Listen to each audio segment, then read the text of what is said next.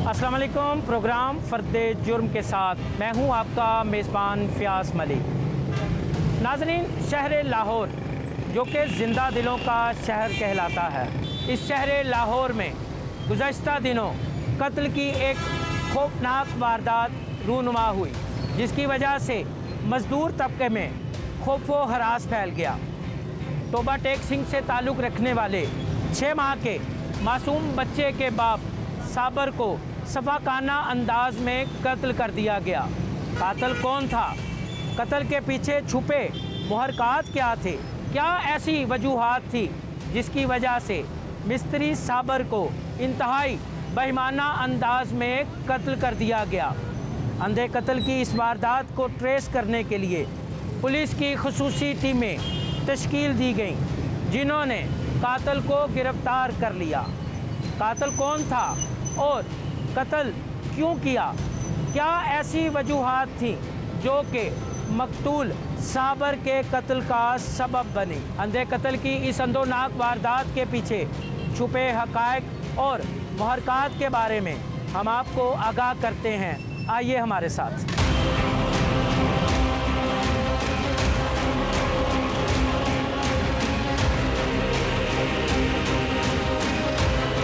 तमाम दिन शहर के मुख्तलिफ इलाकों में मेहनत मजदूरी करने के बाद रात को वो दाता दरबार में आ जाता था, जहां वो लंगर खाने से खाना खाने के बाद इन गलियों में वाक़या सराओं में रात गुजारता था।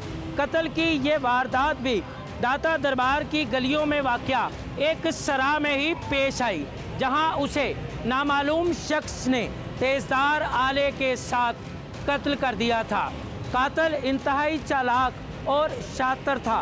कातिल ये सोचकर कत्ल करने के बाद वहाँ से फरार हो गया था कि शायद कानून उसे नहीं पकड़ सकेगा, मगर कत्ले नाहक था जो कि महज 2 हफ्तों के बाद ही मंजरे आम पर आ गया।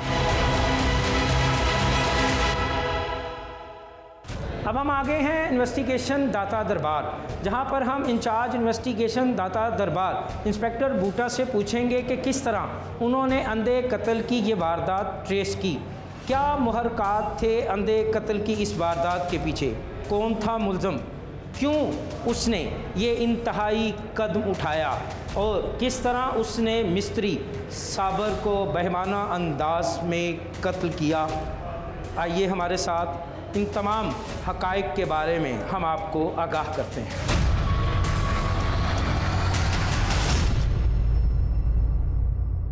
मेरे साथ मौजूद हैं इंचार्ज इन्वेस्टिगेशन दाता दरबार इंस्पेक्टर बूटा।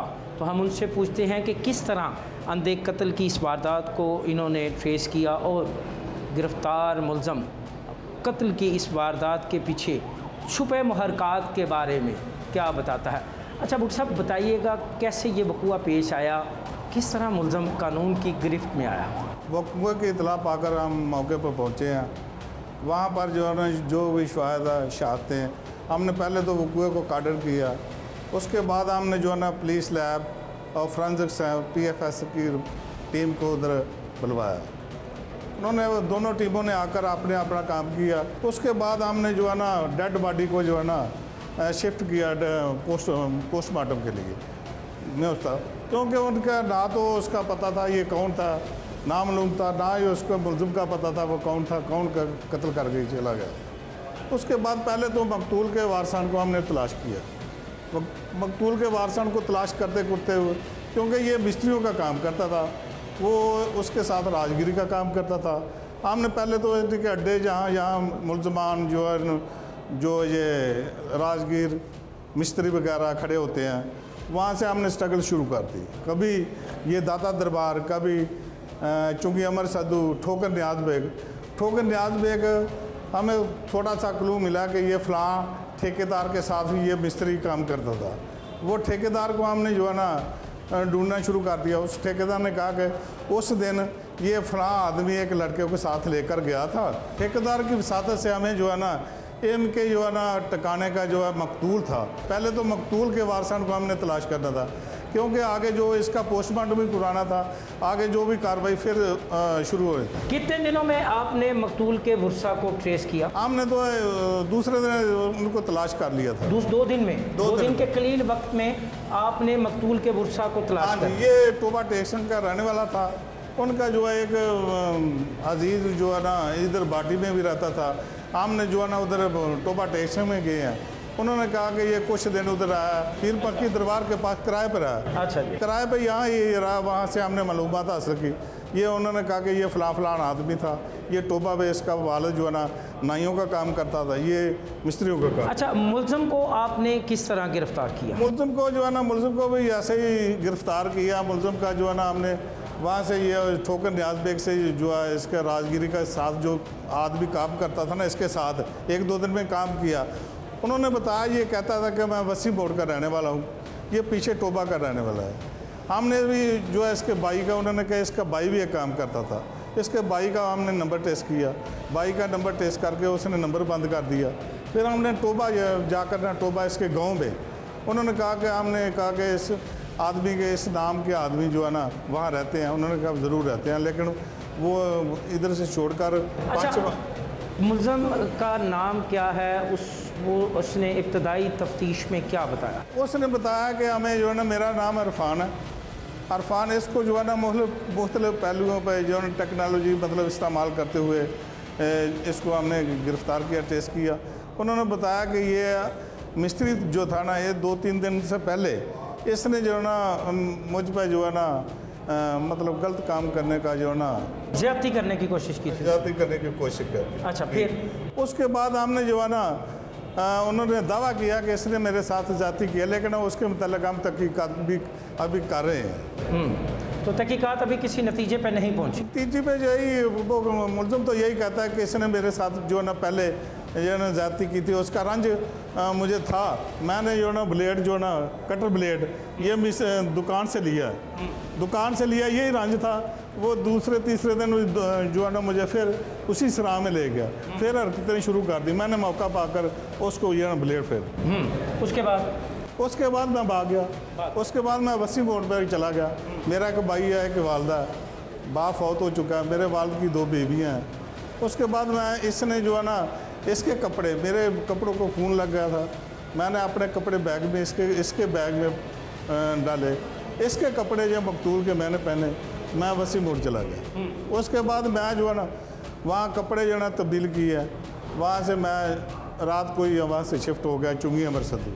फिर मैं दर बदर पुलिस के डर से जो है ना कभी चुंगी अमर सदू, कभी ठोकर न्याज बेग, कभी मैं वसी मोड़, बाटापुर, जलो मोड़, मुख्तलिफ जहाँ पर जो है ना मैंने ये दिन गुजारे हैं। उसके बाद मैंने सोचा कि अभी मेरे पास पैसे भी नहीं हैं खाना खाने के लिए। मैंने एक दोस्त के पास चुंगी अमर सदू चला गया। उसके बाद उसे मैंने कहा कि यार वो सिक्योरिटी गार्ड था, मैंने कहा मुझे भी सिक्योरिटी गार्ड रखा दे। मैंने उसके पास सिक्योरिटी गार्ड की नौकरी इख्तियार कर ली। उसके बाद मैंने उसका नंबर जो है ना इस्तेमाल करना शुरू कर दिया। फिर उसके भाई से जो है ना वो नंबर हमने जो है उसके भाई को एतमाद में लिया कि जो जिस नंबर पे भी वो आपसे बात करता ना वो उसके साथ हमारे शेयर करें। उसने जो है उसके भाई ने नंबर दिया, फिर उस नंबर के ज़रिए हमने इसको ट्रेस किया और गिरफ़्तार किया। आपने बातें सुनी इंचार्ज इन्वेस्टिगेशन इंस्पेक्टर मोहम्मद बूटा की। उनका कहना है कि इंतहाई जदीद साइंसी खतूत पर तफ्तीश करते हुए अंधे कत्ल की इस वारदात को ट्रेस किया। मुलज़म को पुलिस ने गिरफ़्तार कर लिया है। मुलज़म इस वक्त हवालात में है, जहां मुख्तलिफ़ टीमें उससे तहकीकात कर रही हैं। अंधे कत्ल की इस वारदात में मुलविस मुलज़म का क्या कहना है, क्यों उसने ये इंतहाई कदम उठाया? अब हम चलते हैं मुलज़म इरफान की जानिब और उससे पूछते हैं कत्ल की इस वारदात के हवाले से।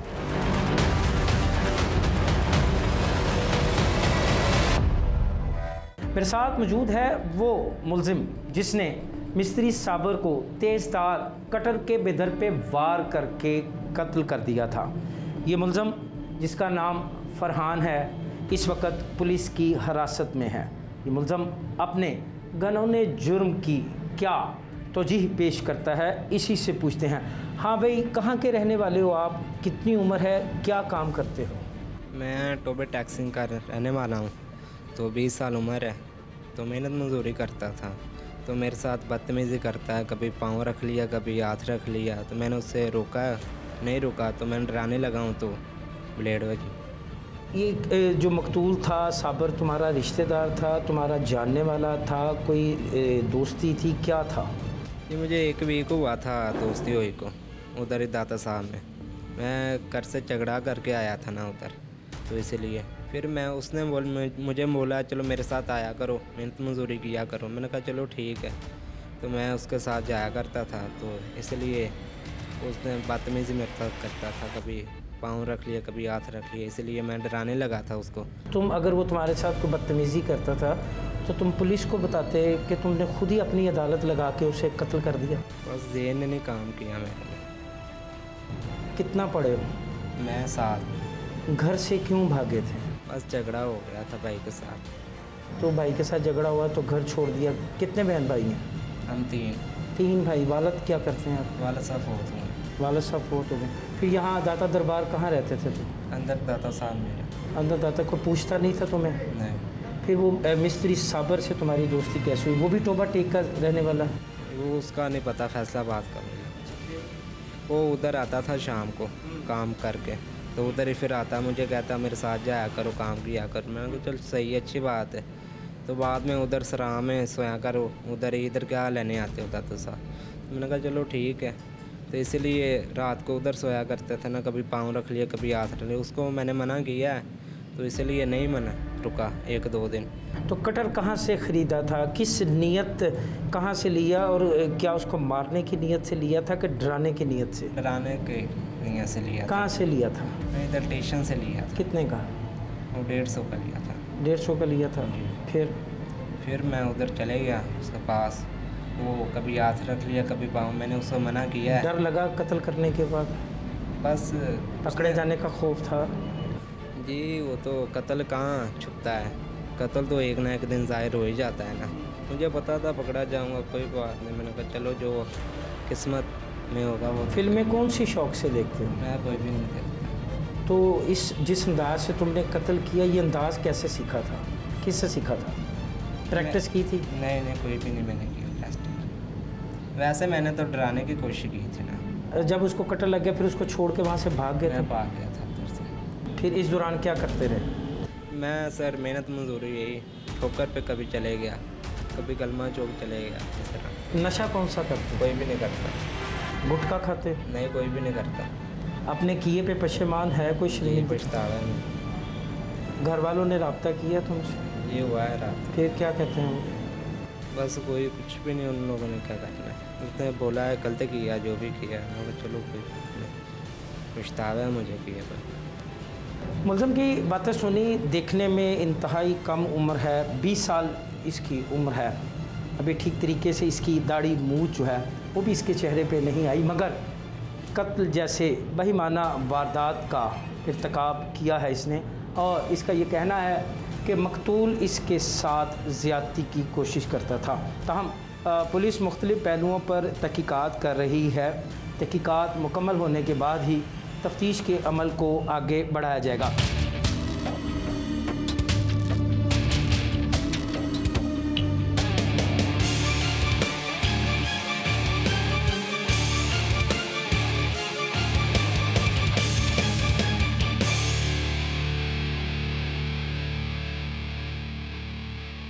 मेरे साथ मौजूद हैं मकतूल मिस्त्री साबर के करीबी अज़ीज़ अब्दुर्रहमान। तो हम उनसे पूछते हैं कत्ल की इस वारदात के हवाले से क्या कहते हैं वो। अब्दुर्रहमान, बड़ा अफसोसनाक वाक़या है, अल्लाह ताला आपको सब्र जमील अता फ़रमाए। कैसे ये वक़ूआ हुआ और मकतूल के कितने बच्चे थे, क्या काम करता था, कहाँ के रहने वाले थे, वो ज़रा तफसीली बताइएगा। हम जो है ना टोबा टेक सिंह के रहने वाले हैं, तहसील गोजरा है। हमारा चक जो है ना वो 44 जीम्बे है। मिस्त्री साबर जो है हमारा करीबी अजीज़ है, उसके एक बेटा है, वो तकरीबन उसकी उम्र 6 माह है। 2 बहनें हैं, 2 भाई हैं, वो शादीशुदा हैं। माँ बाप मौजूद हैं, वो बहुत कमज़ोर हैं। वो गांव में ये नाइयों का काम करते हैं, हमाम का काम करते हैं, तो बहुत ही गरीब हैं। ये साबर जो है ये बड़ा था, ये लाहौर में मेहनत मजदूरी करने आया था। चलो बाकी बहन भाइयों का और बीवी का पेट बालूँ, ये सबके साथ वकूआ हो गया।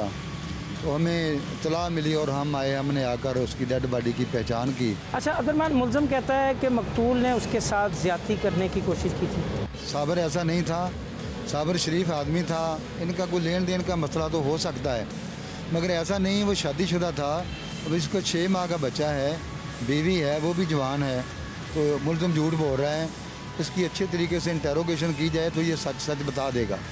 तो पुलिस वालों की मेहरबानी है कि वो अच्छे तरीके से इसकी। अच्छा बताइएगा कि क्या मुल्ज़म जो है वो आपका रिश्तेदार है, जानने वाला है? नहीं, मुल्ज़म से हमारा कोई तल्लुक़ नहीं है, लेकिन ये हमें पता चला है कि ये तहसील कमालिया ज़िला टोबा टेक सिंह का रहने वाला है और आजकल ये लाहौर में शिफ्ट हुए हैं। और हमें ये मालूम हुआ है कि साबर के साथ ये मजदूरी करता था, इतना ही हमें पता चला है। क्या मुतालबा करते हैं अरबाब इख्तियार से इंसाफ का? हम तो यही चाहते हैं कि मुल्ज़म को कड़ी से कड़ी सजा दी जाए। उसने इतना बड़ा जुल्म किया है और बहुत बेदर्दी से उसका गला काट कर उसको कत्ल किया गया है, तो उसको सजा होनी चाहिए। बातें सुनी आपने मकतूल साबर के करीबी अजीज़ जो कि इस केस की पैरवी भी कर रहे हैं, अब्दुर्रहमान। उनका कहना है कि मुल्ज़म ने उनके साथ ज़्यादती की है, इंतहाई बेदर्दी से उसने मकतूल साबर को कत्ल किया है। 6 माह का मासूम बेटा है मकतूल साबर का, जो कि छोटी सी उम्र में ही यतीम हो गया।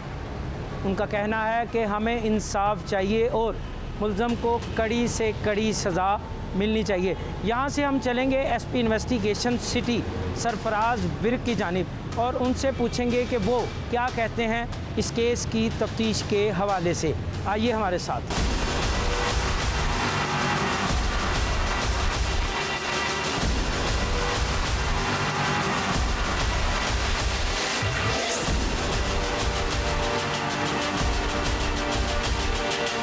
मेरे साथ मौजूद हैं SP investigation city Sarfaraz Virk. तो हम उनसे पूछते हैं अंधे कत्ल की इस वारदात को कैसे ट्रेस किया, दौरान तफ्तीश मुल्ज़म ने क्या इंकशाफात किए हैं, क्या मुल्ज़म साबका रिकॉर्ड याफ्ता है, और इसके साथ साथ हम इनसे ये भी पूछेंगे कि कातिल भी नामालूम था, मकतूल भी नामालूम था, किस तरह दोनों के नाम मालूम हुए। सरफराज साहब, अंधा कत्ल होता है दाता दरबार एक सरा में, कत्ल भी नामालूम, कातिल भी नामालूम, मकतूल को भी कोई नहीं जानता, कैसे आपने ये अंधा कत्ल ट्रेस किया? बिस्मिल्लाहिर्रहमानिर्रहीम। देखें, ये एक चैलेंजिंग केस था, जैसे कि आपने ख़ुद बयान किया कि एक अंधा कत्ल था कि जिसमें हमें मकतूल का भी नहीं था पता। तो ये अता मोहम्मद सराय है जिसके अंदर हमें इत्तला मिली कि एक बंदा जो है उसकी डेथ हो गई है। जब वहाँ पे पहुँचे तो हालात भी कुछ इस तरह के थे कि शुरू में समझने में मुश्किल हो गई। एक शख्स जो मर्डर हुआ पड़ा, उसके तन पे कोई कपड़े भी नहीं थे और उसके अलावा जो वॉल्स थी, कमरे की जो दीवारें थी, उनके ऊपर भी ब्लड के निशानात मौजूद थे। तो उसके बाद जब हमने सराय का DVR चेक किया तो अनफॉर्चुनेटली उसमें रिकॉर्डिंग भी मौजूद नहीं थी इंसिडेंट की।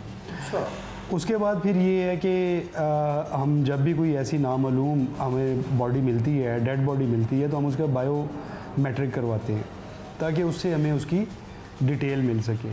उसके अलावा जो उसके यूज़ में मोबाइल फ़ोन होता है, वो उसकी सिम की डिटेल्स, उसकी सिम से उसका वेरिसिस हम निकालते हैं।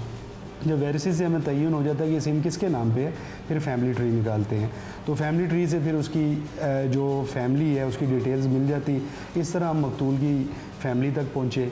उसके बाद जो है उसके भाई की मुद्दत में FIR हुई। उसके बाद फिर ये है कि अगला मरहला था मुल्ज़िम तक पहुँचना। तो जो मकतूल है उसकी CDR का जब हम एनालिसिस करते हैं तो उसके अंदर फिर लास्ट कॉन्टैक्ट सामने आते हैं। तो वो जब एनालिसिस किया गया तो उसके अंदर कुछ नंबर जो है वो हमारे सामने आए। उसमें ऐसा नंबर भी था, हमारे ज़्यादा फोकस ऐसे नंबरों पे होता है जो कि पहले यूज़ हो रहे होते हैं लेकिन इंसिडेंट के बाद बंद कर दिए जाते हैं, या इंसिडेंट से पहले थोड़े थोड़े अरसे के लिए जो है वो जो विक्टिम होता है उसके साथ वो राब्ते में आते हैं। तो इसी तरह हम जो है एक नंबर तक पहुँचे। उसके बाद उसके एड्रेस पे जब गए तो जो मुल्ज़िम था उसके भाई हमें जो है वो मिला। उसने फिर बताया कि मेरा भाई जो है वो 2-3 दिन पहले से गायब है घर से। जब हमने वो टाइम फ्रेम जो है उसको स्टडी किया तो वो वही टाइम बन रहा था जो मर्डर वाला दिन था, यानी कि मर्डर वाली रात से वो अपने घर से भाग गया था। उसके बाद फिर हमने जो उसका सिम थी, सिम के अगेंस्ट IME निकाला जो कि उसकी जो मोबाइल उसके यूज़ में था। फिर उस पर हमने जब IME स्कैन किया तो एक नई सिम उस पर लगी हुई हमें मिली जो नई सिम यूज़ हो रही थी। उसकी लोकेशन ली गई। जब लोकेशन ली गई तो वो चुंगी अमर सिद्धू वाली साइड पे आई। फिर हम उस मौजूदा लोकेशन पे जब पहुँचे तो वहाँ पे एक लड़का हमें मिला, जिस लड़के जो कि कातिल का दोस्त था। कातिल का दोस्त था। उसने फिर वेरीफाई कर दिया कि हाँ जी ये जो कातिल है इरफान, ये मेरा दोस्त है और ये 2-3 दिन से मेरे पास आके रुका हुआ है और इसने कहा कि जी मुझे अभी रोज़गार नहीं है। तो अब वो रोज़गार के सिलसिले में एक जगह पे बतौर सिक्योरिटी गार्ड उसने अपनी नौकरी शुरू। सरफराज, गुज़श्ता दिनों में ऐसे वाक़े तसलसल से सामने आ रहे हैं जिसमें कातिल जो हैं वो नो उम्र, कम उम्र हैं, छोटी उम्र के हैं। क्या समझते हैं आप बहैसियत पुलिस ऑफिसर, क्या ऐसी माशरे में तातुल आ गया, इंतहा पजीरी आ गई माशरे में कि माशरे की जो एक नई पौध है, नई नस्ल जो है वो इंतहाई कदम यानी संगीन जुर्म की जानिब उन्होंने अपने कदम बढ़ा दिए? जी देखिए, उसमें सबसे पहली चीज़ अगर हम देखें तो जो फैमिली इंस्टीट्यूशन था, जो ख़ानदान के अंदर रब्त होता था, जो बाप का बेटे पे कंट्रोल होता था, माँ का बेटी पे कंट्रोल होता था, with the passage of time वो कमज़ोर होता जा रहा है। उसकी रीज़न ये नहीं है कि वालिदैन जो हैं उनकी प्रायोरिटी नहीं है, वालिदैन की प्रायोरिटी हमेशा औलाद ही होती है। लेकिन जो मॉडर्न इंटरवेंशंस हैं जिसमें सोशल मीडिया है, जिसमें जो है ये ऐप्स हैं, सोशल ऐप्स हैं, अब टिकटॉक है, ठीक है, इसी तरह उसके अलावा इंस्टाग्राम है, फेसबुक है, तो लोग ये जो आजकल की नस्ल है वो ज़्यादातर इन चीज़ों से इंस्पायर होती है। क्योंकि आप देखेंगे जैसे हम पहले देखते थे कि आपको नज़र आता था कि लोगों की बैठक होती थी, लोग शाम के टाइम इकट्ठे बैठते थे, गपशप लगाते थे, वो रवायत भी ख़त्म होती जा रही है। अब एक शख्स मोबाइल पे बैठ के पूरी दुनिया से बैठक कर रहे हैं लेकिन उसका फ़िज़िकल तौर पे दोस्त कोई भी नहीं है। तो बेसिकली जब ऐसी चीज़ों से रहनुमाई ली जाए कि जिसमें दूसरा बंदा उसको समझाने वाला नहीं है, तो फिर जो नस्ल है बेरारवी की तरफ चलती है और उससे ऐसी चीज़ों से लोग इंस्पायर होते हैं जो कि बेसिकली रिकॉर्ड की गई होती हैं फॉर फेम या फॉर इंटरटेनमेंट। अब इंटरटेनमेंट की दुनिया और हकीकत की दुनिया में बहुत ज़्यादा फ़र्क। आपने बातें सुनी SP इन्वेस्टिगेशन सरफराज विर्क की। उनका कहना है कि गिरफ़्तार मुलज़म से तहकीकात तो जारी हैं लेकिन 9 उम्र बच्चों का कत्ल जैसे घिनौनी वाक़यात में मंजर-ए-आम पर आना और ऐसे वाक़यात का तसलसल से पेश आना, ये भी एक माशरे में इन्हात का मुँह बोलता सबूत है। ऐसे वाक़यात की रोकथाम के लिए जहाँ पुलिस इक़दामात कर रही है, वहाँ माशरे को भी अपना कलीदी किरदार अदा करना होगा।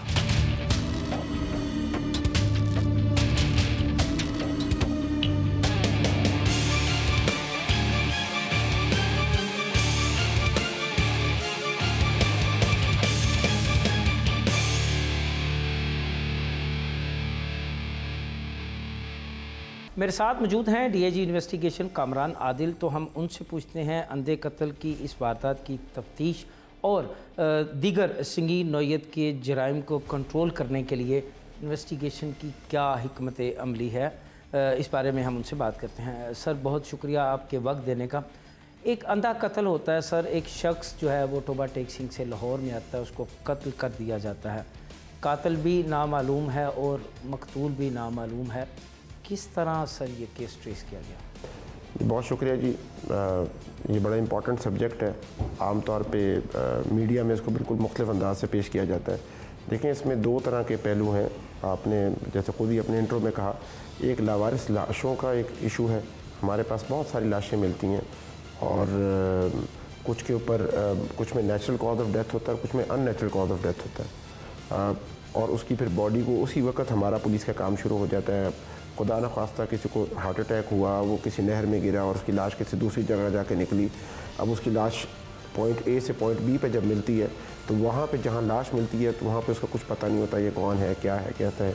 तो पहला काम पुलिस का लावारिस लाशों के हवाले से बड़ा इंपॉर्टेंट है उस पर मैं जानता हूँ काफ़ी सारे जर्नलिस्ट ने बड़ी मेहनत करके उस पर डाटा भी इकट्ठा किया, उस पर इन्फॉर्मेशन भी इकट्ठा की है। मेरी बड़ी ख्वाहिश है कभी इसको कोई यूनिवर्सिटी के स्टूडेंट्स इसको एज सब्जेक्ट लेकर इसको स्टडी करें कि लावारिस लाशों के साथ क्या होता है और क्या क्या उसके साथ आगे होना चाहिए। तो उन लावारिस लाशों की को अगर हम देखें तो उनमें से फिर कई ऐसी लाशें होती हैं जिनके ऊपर हमें फायर आर्म इंजरीज नज़र आ जाती हैं, कट मार्क्स नज़र आ जाते हैं, कोई हिस्सा जिस्म का कटा नज़र आ जाता है। तो वहाँ से हमें पता लगता है कि इनका कॉज ऑफ डेथ जो है वो क्या है, और उसके बाद फिर उस पर हम मेडिकल एविडेंस जनरेट करवाते हैं। तो एक तो पहलू होता है उसके वहाँ से लावारिस लाश को क्रिमिनल साइड पे लेके जाने का, वो एक बड़ा डिसीजन होता है। अगर उस वक्त तवज्जो ना दी जाए और उस वक्त लाश को हर लाश इंसानों की हर लाश काबिल तकरीम है, अगर उसको प्रॉपर डील ना किया जाए तो वहीं पे ही मामला ख़राब होना शुरू हो जाता है। ठीक है, तो एक तो इसका ये पहलू है। तो इन दिस केस जो लाश मिली वो लावारिस लाश थी। तो लावारिस लाश से लेकर उसकी शनाख्त का एक पूरा सफ़र है जो मैं ज़रूर चाहूँगा कि आप बताएं, और वो सारा पुलिस वर्क का हिस्सा है। वो आमतौर पे अनसंग रह जाता है। वो जो कांस्टेबल, जो ASI, जो सब इंस्पेक्टर उसको डील करता है, उसका जिक्र ही सारी बात में नहीं आती। तो वो इसकी तस्वीर को किसी ने, उस लाश की तस्वीर को, उसकी लाशों की तस्वीरें ली होंगी, और हमारे रूल्स में लिखा हुआ है, पुलिस रूल्स 1934 के बने हुए, इसको हमें अपडेट करना चाहिए कि उसको हर जगह पे सर्कुलेट किया जाए, और जितने भी ज़राए अबलाग हैं उसके थ्रू फिर हम उसको सर्कुलेट करते हैं। अच्छे तफ्तीशी पे उसको लेकर मुख्तलिफ़ जगहों पे उस जहाँ लाश मिली होती है उसके आसपास कुर्बो जवार में जाके उसको वो देखते हैं, उसको शनाख्त कराने की कोशिश करते हैं। इस केस में भी ऐसे हुआ है, एक अच्छे तफ्तीशी ने मेहनत की इस पर, और उसने लाश मिलने के बाद पहले उसका पोस्टमार्टम करवा लिया। वो पोस्टमार्टम का एक लंबा चौड़ा अमल है, उसमें फिर डॉक्टर से पोस्टमार्टम रिपोर्ट लेना पूरी एक्सरसाइज है, और डॉक्टर्स की भी बड़ी मेहरबानी जो अच्छा मेडिको लीगल करके उस पर एविडेंस प्रिजर्व कर देते हैं। उसके बाद उसकी शनाख्त किसी ने बताया होटल पे कि ये फ़लाँ आदमी है और वो मिस्त्री का काम करता है। और आजकल आपको पता है जिस तरीके का कल्चर बन गया, लोगों को मालूमात पता भी हो तो नहीं बताते। ये भी उसकी बहुत बड़ी नेकी है कि उसने ये बताया कि ये मिस्त्री है, इसका नाम साबिर है, ये फ़लाँ आदमी है। इस पीस ऑफ इंफॉर्मेशन को लेके एक डेड बॉडी की पूरी पीस ऑफ इंफॉर्मेशन को लेके फिर उसको वेरिफिकेशन का एक अमल आता है। उसको वेरीफाई किया गया और बड़ी मेहनत से वेरीफाई किया गया, फिर उसकी तस्दीक की गई। तो उसके बाद उसका सुसर आया सामने और उसने तस्दीक की लाश देख करके ये फ़लाँ आदमी की लाश। और आपको पता है आम तासुर ये है कि पुलिस सिर्फ एलीट के लिए काम करती है। ये एक बिल्कुल टिपिकल केस है जिसे पता लगता है कि आम लावारिस लाशों के लिए भी पुलिस काम करती है। वो अलग बात है कि एक हमारे बारे में नैरेटिव है या लोगों का एक अपना व्यू है उसके बारे में। अच्छा कामरान साहब, ये कत्ल ट्रेस हो गया, अब मुझे बताएं कि शहर में मिलने वाली अमूमन लाशों की जो कार्रवाई है वो ज़ेर दफ़ा 174 के तहत की जाती है, 302 के तहत नहीं की जाती। आप हमारे नाजरीन को ये बताएं कि 174 की जो कार्रवाई है और 302 की जो कार्रवाई है, इसमें क्या फ़र्क है? ये ज़ाब्ता तो जब लिखा गया था तो इसमें ये चीज़ें थी कि जब अननेचुरल कॉज ऑफ डेथ होगा, और सारी बात जाके ख़त्म होती थी कॉज ऑफ डेथ पे कि आपकी वजह कत्ल क्या है, वजह मौत क्या है। कत्ल का लफ्ज़ शायद सही नहीं होगा, वजह मौत क्या है। तो अगर तो नेचुरल कॉज ऑफ डेथ हो, अब ये ज़ाहिर बात है इसका फैसला जो है वो डॉक्टर करते हैं कि नेचुरल कॉज है या अननेचुरल है, लेकिन कुछ सूरतों में तो बड़ा क्लियर नज़र आ जाता है। अगर किसी की बॉडी पे फायर आर्म इंजरीज़ हैं या कट लगे हुए हैं तो फिर तो बड़ा क्लियर हमें दूर से पता लग जाता है, देखते ही पता लग जाता है कि ये केस जो है ये क्रिमिनल नेचर का है। और कुछ ग्रे एरिया के केसेस होते हैं जब कॉज ऑफ डेथ जो है वो नेचुरल कॉज ऑफ डेथ हो तो 174 में जाता है, या ऐसा कॉज ऑफ डेथ हो जो ग्रे एरिया का हो तो फिर भी 174 की कार्रवाई हो जाती है। बाद में अगर कोई और पक्का एविडेंस आ जाए तो फिर कब्र कुशाई करके उसको फिर हम दूसरी तरफ ले जाते हैं। लेकिन जो क्लियर कट केसेस हैं, जैसे मैंने आपको बताया, अगर किसी का खुदा न खासा गला कटा हुआ है या किसी को फायर आर्म इंजरीज हैं, उसकी जिस्म पे 10 गोलियाँ लगी हुई हैं, तो फिर तो क्लियर कट हमें 200-302 का पर्चा देने के पाबंद हैं, और फिर इसलिए फिर आपको तफरीक नज़र आती है। अच्छा कामरान साहब, क्रिमिनल जो कि शहर लाहौर में घूम रहे हैं, इनका एक डाटा पुलिस जब आप पकड़ते हैं, जैसे कि आपने इस अंधे कत्ल को ट्रेस किया, इसमें मुलज़म को गिरफ़्तार किया, इसके डाटे को कैसे सेव करते हैं, किस तरह महफूज रखते हैं ताकि अगर आने वाले वक्तों में दोबारा इसी नौयत की वारदात हो तो उससे किस तरह आप मदद लेते हैं, ज़रा ये भी तफसील करें। दुनिया ने इस पर बहुत काम किया है और पाकिस्तान में और पंजाब में ख़ास तौर पे बहुत ज़्यादा इस पर काम हुआ है। लेकिन आपने जिस तरह के सवाल किए और आप का एक अपना तजर्बा है कि आपका एक लंबा इसके साथ एसोसिएशन है इस सब्जेक्ट के साथ, तो ये डाटे वाली बात ज़रूर सामने आनी चाहिए। लोगों को पता होना चाहिए कि बड़ा यूज़फुल टूल है। ख़ुद भी लोग बताते हैं, हम भी उनको एजुकेट करते हैं ताकि लोग जब ख़ासतौर पे पढ़े लिखे लोग बहुत सारे हमारे पास आते हैं, अपने मसाइल के लिए आते हैं, तो उन्हें पता हो कि इसको किया जा सकता है। एक और बड़ी चीज़ जो डाटा सेट हमने डेवलप किया है वो ई-गैजेटिंग का किया है। उसमें सीनियर पुलिस ऑफिसर्स का बड़ा रोल है। उन्होंने जो भी चीज़ कहीं से चोरी हुई है उसके हमने सारे के सारी चीज़ों को उनका जो इलेक्ट्रॉनिक का वाइफ उनको इकट्ठा करके इलेक्ट्रॉनिकली एक्सेल शीट में और मुख्तलिफ डेटा सेट्स के फॉर्म में और थ्रू एप्लीकेशंस भी हमने उसको रेडी रखा हुआ है, which is a very strong tool. और उसके अगेंस्ट पे हम चीज़ों को मैच करते हैं और उससे हमें काफ़ी सारी इन्फॉर्मेशन मिलती है। अच्छा कामरान साहब, ऐसा कोई आप इन्वेस्टिगेशन हेडक्वार्टर में आपने कोई सिस्टम कोई सेंटर बनाया है जहाँ ये डाटा को सेव किया जाए? जी, ये ऑलरेडी बना हुआ है। मैं ज़रूर चाहूँगा कि आप उसको देखें, चूँकि वो सीइंग इज़ बिलीविंग, वो बड़ी ज़बरदस्त उस पर हम समझते हैं कि हमें लोगों को कॉन्फिडेंस होना चाहिए कि Punjab police, Lahore police capable है। हमने उस पर काफ़ी इन्वेस्टमेंट की है, हमारे लोग बड़े वेल ट्रेंड हैं और ये एक उसका है। और इसको हम मिला रहे हैं क्राइम सीन यूनिट के साथ, क्योंकि अगर डाटा फ़ौरन नहीं उसको आप रन करेंगे तो फिर उसका फ़ायदा कोई नहीं। तो इस तरह की चीज़ें हम लोग कर रहे हैं और मैं समझता हूँ कि आपको मुझे दिखाना चाहिए उसको। अगर आप देखना पसंद करें तो मैं आपको दिखाता हूँ। DIG इन्वेस्टिगेशन कामरान आदिल का कहना है कि क्रिमिनल ख़ास तौर पे संगीन जराइम में जो क्रिमिनल मुलविस हैं उनका एक डाटा जो है वो मुकम्मल मुफस्सल अंदाज में इन्वेस्टिगेशन हेडक्वार्टर में उसको सेफ रखा गया है और इसके लिए बाकायदा एक सिस्टम काम कर रहा है। तो अब हम कामरान आदिल साहब के साथ उस रूम की तरफ, उस सिस्टम की जानिब जाएंगे जहाँ पर क्रिमिनल्स का डाटा है जो कि कत्ल, इक़दाम कत्ल, डकैती, रॉबरी, अगवा बराए तवान समेत दीगर संगीन जराइम में मुलविस रहे हैं।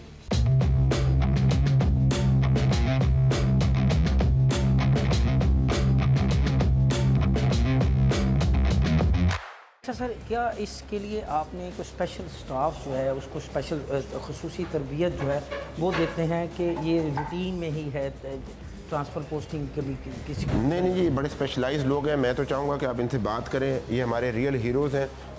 इंस्पेक्टर हसन साहब जो हैं, आइए आगे, ही इज़ द मैन। ये हमारे जो गोल्ड है, डाटा का गोल्ड जो है, डाटा का गोल्ड मेन सर्वर जो है, वो सारी चीज़ को ये चलाते हैं। मैं समझता हूँ कि ये रियल हीरोज़ हैं, इनके बारे में बात होनी चाहिए। इनका ये सारा काम है। यहाँ पे आप देखते हैं कि बड़ी अच्छी IT की इन्वेस्टमेंट हुई है, गवर्नमेंट ने इसमें बहुत दिलचस्पी ली है और मैं बिल्कुल यकीन दिलाना चाहता हूँ कि आम आदमी के तहफ़्फ़ुज़ के लिए हम हर हद तक जाएंगे। अच्छा सर, ये है आपका मेन जो है सर्वर रूम है, जहाँ ऑप्स रूम है, जहाँ से आप पूरे लाहौर में जो मुकदमात दर्ज होते हैं उसके रिकॉर्ड को मेंटेन करते हैं, जो इसमें मुलज़मान हैं उनके रिकॉर्ड को भी मेंटेन करते हैं। इसके साथ साथ ये जो ब्लाइंड मर्डर ख़ास तौर पे ऐसे जराइम जिनमें कोई निशान नहीं होता उसको आप ट्रेस करते हैं, उसको उसके मंतकी अंजाम तक कैसे पहुंचाते हैं? ये हमारे पास डिफरेंट टेक्नोलॉजीज़ हैं, डिफरेंट टेक्निक्स हैं। हमारे पास इस वक्त CRO में 17 सॉफ्टवेयर हैं जिनकी मदद से हम डिफरेंट अननोन केसेस जो हैं उनको ट्रेस करते हैं। इसके लिए हमारे पास फिंगरप्रिंट मैचिंग भी है, हमारे पास जियो फेंसिंग का सिस्टम भी है, CDR एनालिसिस है, IMA ट्रैकिंग है, इसके अलावा जो गाड़ियों का डाटा है और उसकी ट्रैकिंग है और डिजिटल फुट प्रिंटिंग की तरफ हम जा रहे हैं इंशाल्लाह आने वाले वक्त में। अगर फ़र्ज़ कर लें किसी जगह क्राइम सीन से हमें कुछ चीज़ अवेलेबल होती है तो हमारे पास इसकी फैसिलिटी है कि हम उसको मैच कर सकते हैं कि ये किस क्रिमिनल का है। और अगर फ़र्ज़ करें किसी जगह पे कोई मोबाइल फ़ोन का इस्तेमाल पाया गया और हमें नहीं पता कि ये कौन लोग हैं, तो उसकी जियो फेंसिंग की मदद से हम जो है इसको मुलज़मान को ट्रेस कर लेते हैं। काफ़ी सारे जो केसेस हैं पिछले अरसे में, जितने भी हिनीफ केसेस थे, हाई प्रोफाइल केसेस थे, वो अल्हम्दुलिल्लाह CRO बना के ट्रेस किए और लोकल पुलिस की मदद की है इन्हीं सॉफ्टवेयर की मदद से। हमारे पास तमाम मुलज़मान का क्रिमिनल डाटा है, पंजाब लेवल का डाटा है, लाहौर लेवल का डाटा है, उनके फिंगरप्रिंट्स हमारे पास अवेलेबल हैं, हमारे पास शनाख्ती कार्ड अवेलेबल हैं, हमारे पास उनके हुलिया जात अवेलेबल हैं, इंटेरोगेशन रिपोर्ट्स अवेलेबल हैं, डिफरेंट टेक्निक्स हैं, डिफरेंट नंबर्स हैं जो मादी में हमारे से हमने लिए हैं, उनको हमने डंप किया हुआ हमारे पास महफूज हैं। तो हम उनको डिफरेंट तरीके से मैचिंग करते हैं और फिर उसका जो है ना वे आउट निकालते हैं कौन सा क्रिमिनल इसमें इन्वॉल्व हो सकता है। आपने बातें सुन ली DIG इन्वेस्टिगेशन कामरान आदिल की और इसके साथ इस ऑप्स रूम के जो इंचार्ज हैं इंस्पेक्टर हुसैन फारूकी, और उन्होंने बताया कि ये ऑप्स रूम किस तरह काम करता है। मैं एक मरतबा फिर आपको कैमरे की आंख से इस ऑप्स रूम की सैर करवाना चाहता हूँ और दिखाना चाहता हूँ कि लाहौर पुलिस के ये, जैसे बकौल अभी DIG ने कहा कि ये गोल्ड माइन है, लाहौर पुलिस के वो एहलकार हैं, वो ऑफिसर हैं जो सामने नहीं आते, मंजर आम पर नहीं आते, पीछे बैठकर काम करते हैं और अब तक दर्जनों नहीं बल्कि सैकड़ों केस जो हैं, अनट्रेस केस जो हैं, उनको ट्रेस कर चुके हैं। उनमें मुलविस मुल्ज़मान को उनके मंतकी अंजाम तक पहुंचा चुके हैं। ये जो स्क्रीनें हैं, ये कोई टीवी स्क्रीनें नहीं हैं। यहाँ पर मुल्ज़मान का रिकॉर्ड जो है रोज़ाना की बुनियाद पर मेंटेन किया जाता है। लाहौर में रोज़ाना जितने भी मुकदमात दर्ज होते हैं, उन मुकदमात में मुद्दई से लेके मुल्ज़म से लेकर दीगर जितने भी मंदराजात हैं, जितनी भी रिक्वायरमेंट्स हैं, उनका यहाँ पर इंदराज किया जाता है और इस रिकॉर्ड को जो है मुस्तकिल बुनियादों पे यहाँ पर सेव कर लिया जाता है। और मुस्तकबिल में खुदा ना खास्ता अगर लाहौर में कोई नाखुशगवार वाक़या पेश आए, कोई इस नौइयत का वाक़या जो कि रिपीट हो, जिसको रिफंडर कहा जाता है, अगर वो पेश आए तो इस डाटे की मदद से उन जराइम में मुलविस मुल्ज़मान का जो है ना सिर्फ सुराग लगाया जाता है बल्कि उन्हें गिरफ़्तार करके उनको करार वाकई कानूनी तरीके से सज़ा भी दिलवाई जाती है। यहाँ जो स्टाफ है वो इंतहाई तरबियत याफ्ता है। इन्हें IT और दीगर जो गैजेट्स हैं उनको चलाने की मुकम्मल तरबियत दी जाती है। मैं एक बार फिर DIG इन्वेस्टिगेशन कामरान आदल से बात करूंगा और उनसे पूछूंगा कि वो कुछ हमें बताएं इन गैजेट्स के बारे में। वो गैजेट्स के बारे में आप बता रहे थे कि वो क्या है? ये आप डैशबोर्ड देख सकते हैं। इस डैशबोर्ड के अंदर सिर्फ आपको नंबर नज़र आ रहे हैं। ये नंबर जो है इसके अंदर हर एक के पीछे एक डिजिटल आइडेंटिटी है और ये हुसैन फारूक साहब और इनकी टीम ने सारी तैयार की है। ये जो बच्चा बैठा है जिसको आम लोग नहीं जानते और जो मेरा हीरो है, ये सारे केसेस यहाँ से बैठ के वर्कआउट करता है और हमें कोशिश ये करनी चाहिए कि इनको हम हाईलाइट करें। ये सारी इनकी मेहनत है, ये बैक एंड पे काम करते हैं, फिर तफ्तीशी उसको एक्शन में लेकर आते हैं और हम इंश्योर कर रहे हैं कि जो ये डाटा उन तक पहुँचाएँ उस पर एक्शन भी हो। बिल्कुल, ये CRO ब्रांच जो है ये लाहौर पुलिस के लिए, लाहौर पुलिस की तरफ से आवाम की हिफाजत के हवाले से एक बड़ा बेहतरीन इकदाम है और इसको जदीद खतूत पर भी इस्तेमाल किया जा रहा है और इस हवाले से हंगामी बुनियादों पर इक़दामात भी किए जा रहे हैं। यहाँ हमने आपको इन्वेस्टिगेशन में होने वाली इनकलाबी तब्दीलियों के साथ साथ शहर में अंधे कत्लों का जो एक तसलसल था, उस हवाले से होने वाली तफ्तीश और इनमें मुलविस मुल्ज़मान की गिरफ़्तारी के हवाले से बताया। और इसके साथ साथ दाता दरबार में जो एक मेहनत कश, जो एक आम शहरी कत्ल हो गया था जिसकी कोई शनाख्त नहीं थी, ना मकतूल की शनाख्त थी और ना ही कातिल की कोई शनाख्त थी। इस कत्ल को भी इन्वेस्टिगेशन पुलिस ने CRO ब्रांच की मदद से दिनों में ही ट्रेस किया, इसका सुराख लगाया और इसमें मुलविस मुल्ज़मान को गिरफ़्तार कर लिया, जिससे मुख्तलिफ़ पहलुओं पर तहकीकात की जा रही है।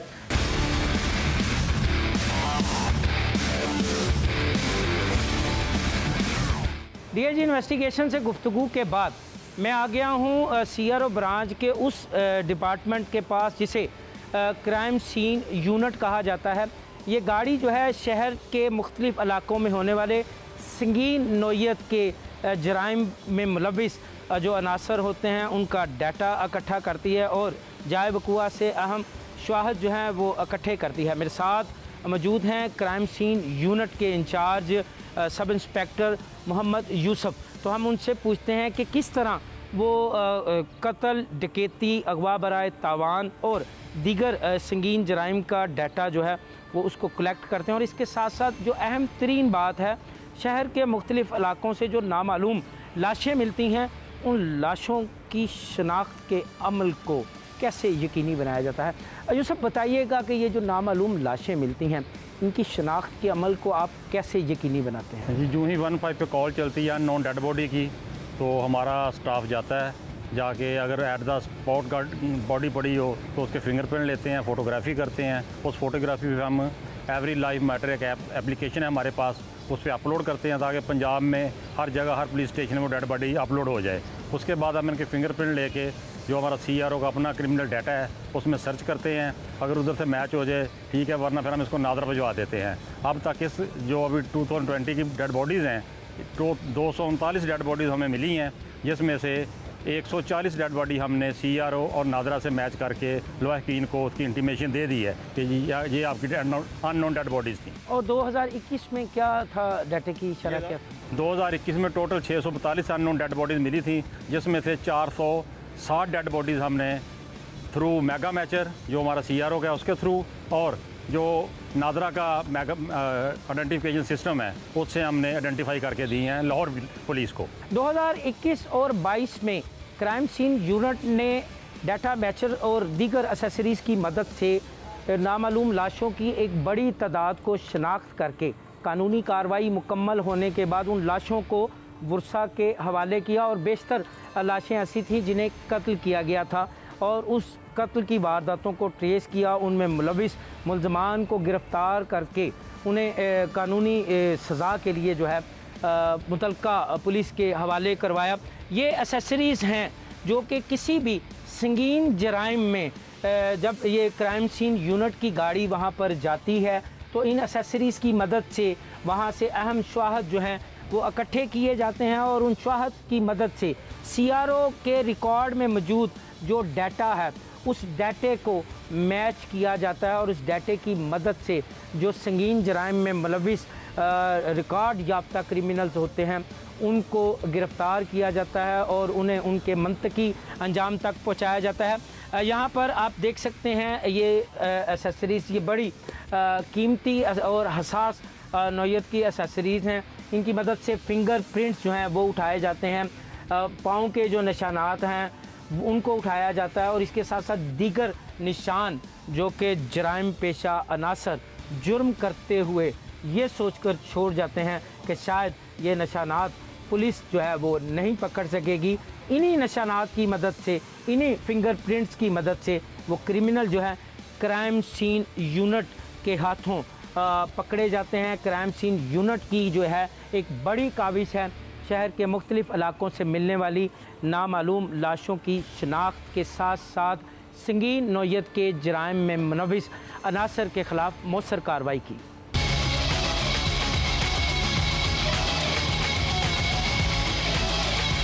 टोबा टेक्सिंग से ताल्लुक़ रखने वाले मिस्त्री साबर का कत्ल ट्रेस हो गया, कातिल गिरफ्तार, तहकीकात का आगाज़ कर दिया गया।